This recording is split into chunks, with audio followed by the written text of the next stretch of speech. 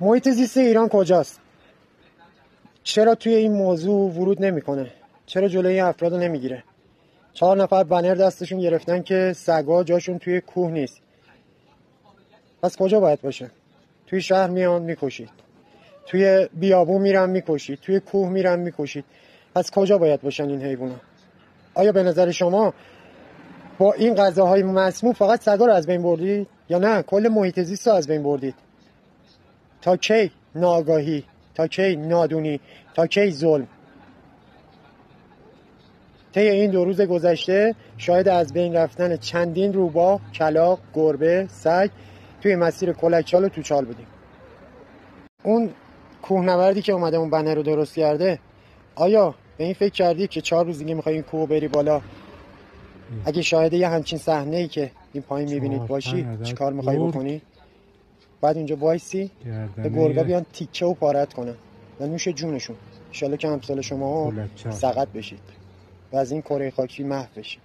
من از تمام دامپزشکی‌های ایران خواهش میکنم آمار مراجعینی که مسمومیت داشته حیوانشون و تیر خورده بوده رو به دست ما برسونن تا به این علف شناس و اون یکی کچلی که هیچ حالیش نیست حالی کنیم که چقدر دارن محیط زیست ما رو نابود میکنن، چه حیوانایی رو دارن با این ترویج خشونت و حیوان آزاری از بین میبرن.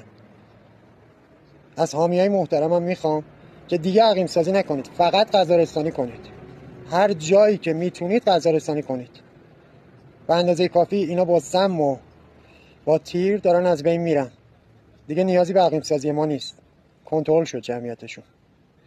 حالا شما بگید اکوسیستمو کی داره به هم میریزه؟ کی داره به طبیعت و محیط زیست ایران آسیب میزنه؟ این افرادی که میان سم میدن یا حامیان حیوانات و حیوان دوستایی که با هزینه شخصی دارن غذا رسانی میکنن، عقیم سازی میکنن، واکسینه میکنن؟ کدوم یکی با آمار گزشو میبره بالا؟ تا یه تایمی میتونید سم بدید و بکشید. بعد از این تایم ما شاهد گزش گرگ و شغال هستیم و به جای اینکه سگ‌ها بخوان گزش انجام بدن، گرگ و شغال تیکه پارتون میکنن که انشاءالله به زودی زود این اتفاق بیفته تا بفهمید آسیب به اکوسیستم و محیط زیست یعنی چی.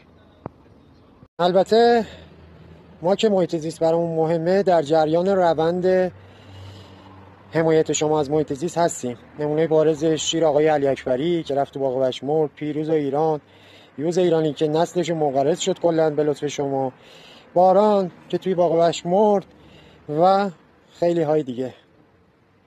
ما دیدیم شما چقدر مسئولیت پذیرید و چقدر